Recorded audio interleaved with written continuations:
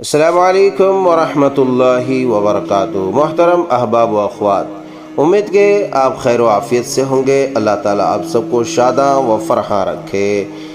میں چند ایام آپ سے اپنے رہائشی مقام سے دور تھا، اس لیے کسی طرح کے ویڈیو کے ذریعے سے آپ سے گفتگو نہیں ہو سکی۔ آئیے آج ایک اہم اور بڑے ہی دلچسپ واقعے سے آپ کو روشناس کراتے ہیں۔ بنی اسرائیل میں ایک عبادت گزار تھا۔ اس نے پہاڑ کی کھو میں اپنا مسکن بنا رکھا تھا۔ وہ لوگوں کی آنکھوں سے اوجھل تھا، لوگ بھی اس کی نظروں سے دور تھے۔ اس کے قریب پانی کا ایک چشمہ تھا جس سے وہ وضو کرتا، اپنی تشنگی دور کرتا اور نباتات سے اپنی غذا حاصل کرتا تھا۔ دن کو روزے سے رہتا اور رات اللہ کی عبادت میں گزارتا۔ اس کا ہر پل، ہر لمحہ اطاعت و بندگی کی نظر ہوتا تھا۔ چنانچہ سعادت و کامرانی کے آثار اس کے چہرے سے نمایاں تھے۔ حضرت موسیٰ علیہ السلام کو اس عبادت گزار کی خبر ہوئی تو آپ علیہ السلام ایک دن اس کے پاس پہنچے، لیکن اسے نماز اور ذکر اذکار میں مشغول دیکھ کر واپس چلے گئے۔ پھر رات کو اس کے پاس گئے تو اسے عزیز و غفار رب العالمین کے دربار میں سرگوشی و مناجات میں مگن پایا۔ موسیٰ علیہ السلام نے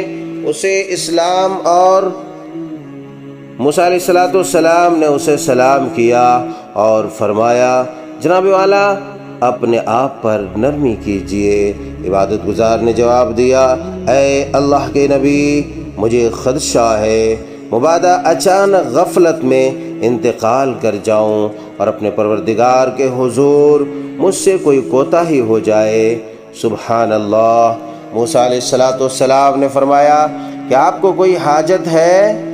عبادت گزار نے جواب دیا، آپ میرے لیے پروردگار سے اس کی خوشنودی و رضا کی دعا کر دیں اور میری یہ التجا فرما دیں، میری یہ التجا بھی پہنچا دیں کہ وہ مجھے زندگی بھر صرف اپنی ہی خوشنودی کے کاموں میں مشغول رکھے، حتیٰ کہ میں اس سے جا ملوں۔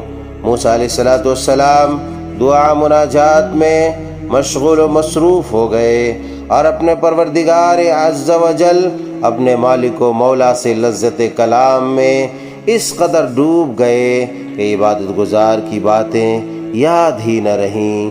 اللہ تعالیٰ نے موسیٰ علیہ السلام سے پوچھا، اے موسیٰ، آپ سے میرے عبادت گزار بندے نے کیا کہا تھا؟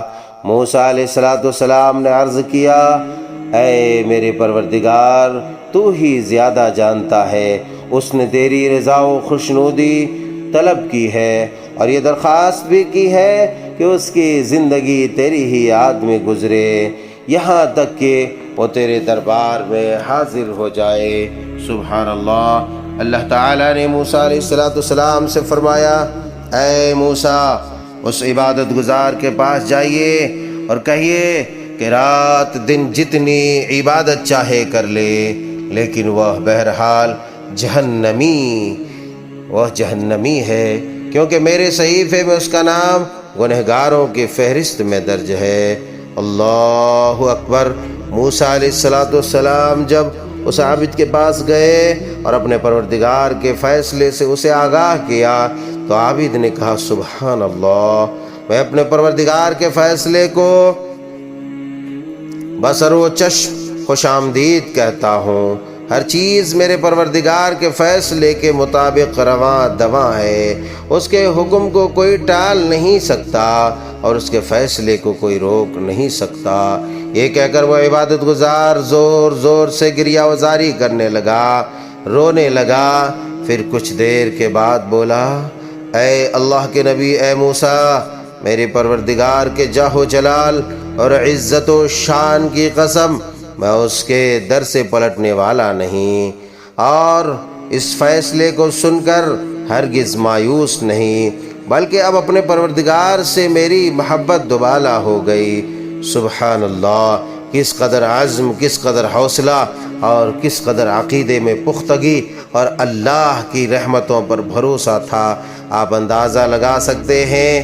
اس کے بعد جب موسیٰ علیہ السلام دوبارہ اپنے پروردگار سے دعا مناجات میں مشغول ہوئے تو عرض کیا، میرے رب، جو کچھ تیرے عبادت گزار بندے نے کہا ہے اس سے تو اچھی طرح واقف ہے، تو جانتا ہے اسے۔ اللہ تعالی نے فرمایا، اے موسیٰ، میرے اس بندے کو یہ خوشخبری سنا دیجئے کہ وہ جنتی ہے، وہ جنتی ہے، میری رحمت نے اسے جا لیا۔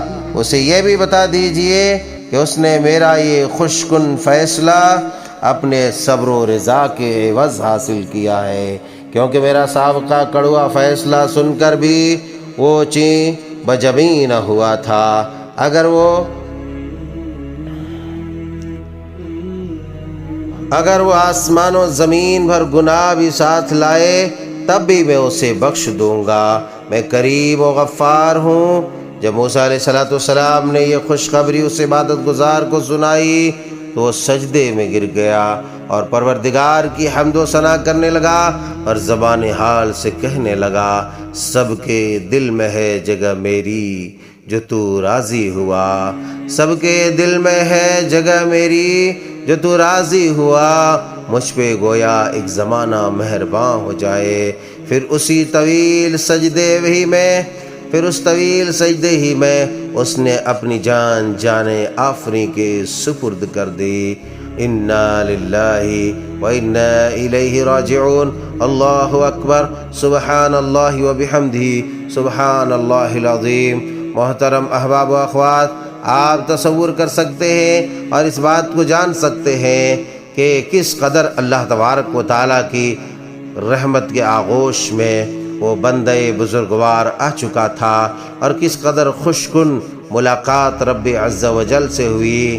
یہ واقعہ ہمیں پیغام دیتا ہے کہ اللہ رب العزت ذوالجلال والاکرام حکیم و علیم، سمیع و بصیر کے ہر فیصلے کو بصد خوشی بسر و چشم قبول کرنا چاہیے، چاہے وہ غمی کا فیصلہ ہو یا خوشی کو ہو۔ اگر غمی کا فیصلہ ہو، دکھ کا فیصلہ ہو تو اس پر صبر و استقلال کا مظاہرہ کرنا چاہیے، اور اگر خوشی کا ہو، نعمتوں کا ہو تو اس پر اللہ کی حمد و ثنا بیان کرنی چاہیے۔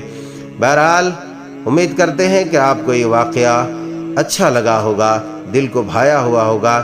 یہ واقعہ سنہرے نقوش میں مذکور ہے اور آپ سے گزارش کروں گا کہ آپ اس پوسٹ کو زیادہ سے زیادہ شیئر کریں تاکہ دوسرے لوگ بھی مستفید ہو سکے اور دوسرے لوگ بھی محظوظ ہو سکے۔ اللہ آپ سب کو خوش و خرم رکھے۔ السلام علیکم ورحمۃ اللہ وبرکاتہ۔